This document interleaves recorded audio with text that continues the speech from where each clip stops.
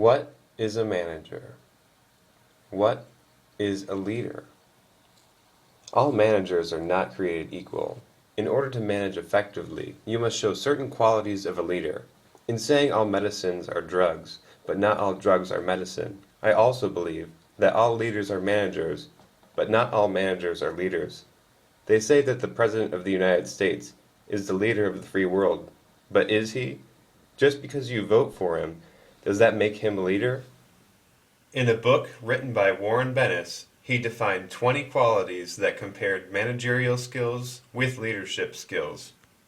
Someone who administers is one who is held accountable for the resources used in the running of a group of people in a company on a day-to-day basis. We gotta start kicking some ass here. I'm gonna have to let some people go. Why do you say let them go? They don't want to go. Why don't you just say fire them? Because it sounds better. A spirit of innovation, entrepreneurship, creativity, kind of getting out of the box, crossing the lines, and asking questions like, what would happen if we did this? Experimenting, trying, attempting, risking, all of that comes in this wonderful word, innovative. You've all heard the definition of insanity. If I always do what I've always done, I always get what I've always gotten. And what amazes me is it's not only a wonderful definition of insanity, it's also a terrific definition of people that are going to be average all their life. When you get out of the box, it's fun. In fact, what I discovered is when I got out of the box, I didn't want to get back in the box. It's more fun to run around. Managers copy what others have done because it is easier to be safe than sorry. If their boss wants a job done in a certain way, that is exactly how they will manage their team to keep their job and move the company forward in the best way that they know how.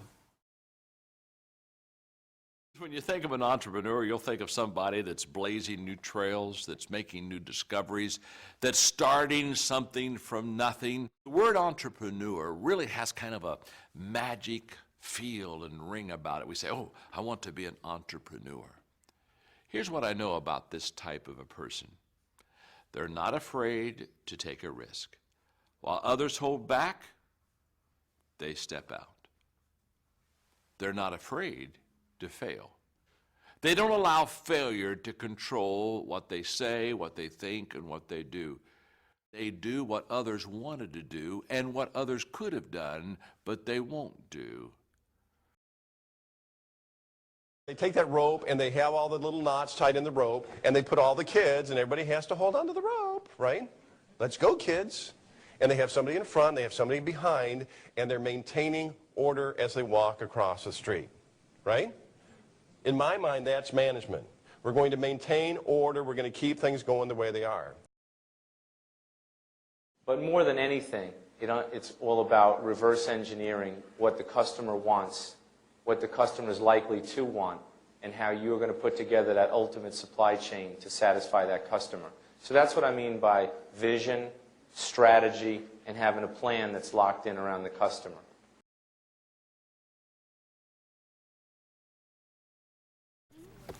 Hello, Peter. What's happening? We have sort of a problem here. Yeah, you apparently didn't put one of the new cover sheets on your TPS reports. Oh, yeah. I'm sorry about that. I forgot. Yeah. You see, we're putting the cover sheets on all TPS reports now before they go out. Did you see the memo? You need to learn that a company is not only about sales. That's the ultimate thing, if somebody buys what you're producing, but that's not all about sales. And then I went to this new function for 2 years, and guess what? The thing that I really liked the most about it was the people side of things. And that was really when I truly understand what's behind everything I was doing in sales, which was all around this people thing. A manager relies on control. Do this or you're fired. If you don't turn this in today, you'll stay until you're finished. Do the job the way I told you to do because I said so and I'm the boss. Oh, so many times we use the paycheck and we use the leverage, and people say, well, okay, I'll do what you want me to do. And basically, you're not leading them, you're controlling them.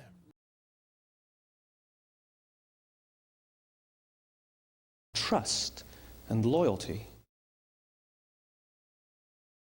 When you have trust with people, it speeds up everything. It allows you to get so much more accomplished because you don't have to work through the filter of what are their motives, or why are they doing this, or is there something that they're doing to manipulate me. That when you trust a person, you're ready to go with them. When you trust their judgment, you're ready to make the decision with them. And I think Stephen was really right. Trust is not only the foundation of leadership, but I think trust determines the speed of leadership. The more people trust you, the faster you can go with them. Managers rely on having short-range views or short-term goals. This method allows them to focus on the problem at hand, the problems that are affecting the company at this moment in time. Research I have done on corporations convinces me that many successful businesses have achieved their growth and their success because they have had a clear and compelling vision as to what success will look like. In 1987, when Howard Schultz came to Chicago to open the first Starbucks unit outside of the Seattle area, he was walking the streets of Chicago with a colleague of his, and he said to that colleague, in 5 years' time, everyone on this street would be walking around with a Starbucks cup in their hand.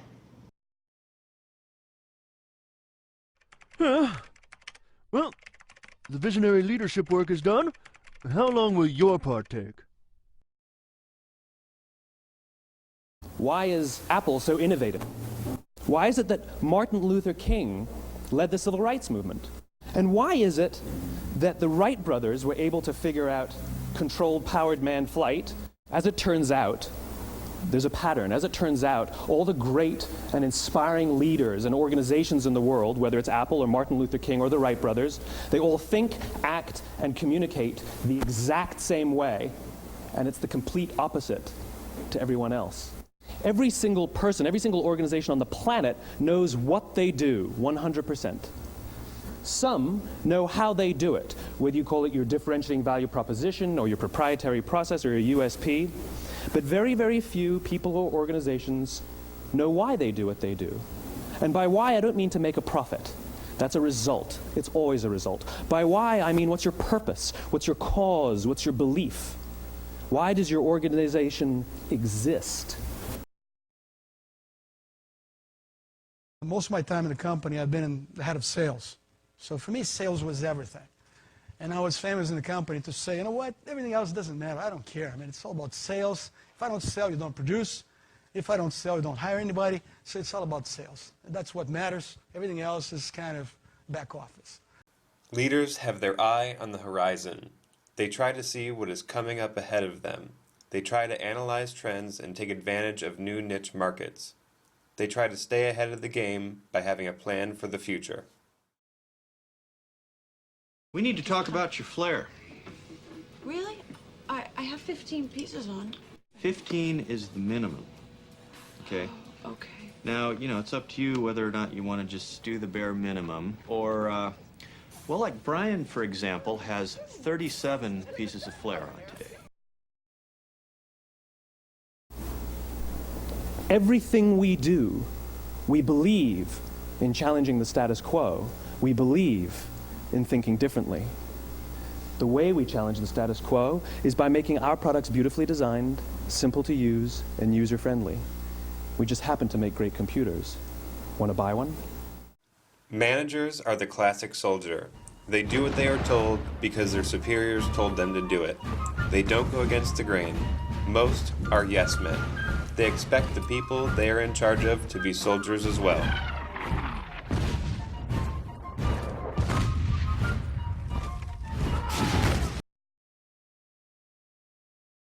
No, I'm not going to. I'm going to listen to myself. And that's what I did. And I wouldn't be where I am today if I didn't listen to myself.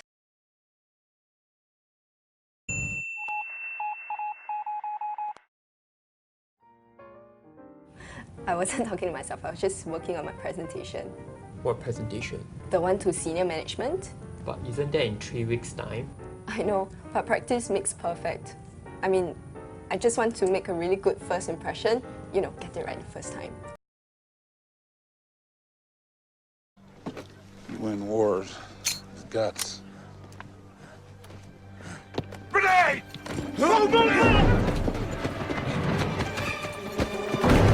Get away! Get back! It's a dummy grenade. Is this a test? So, any questions?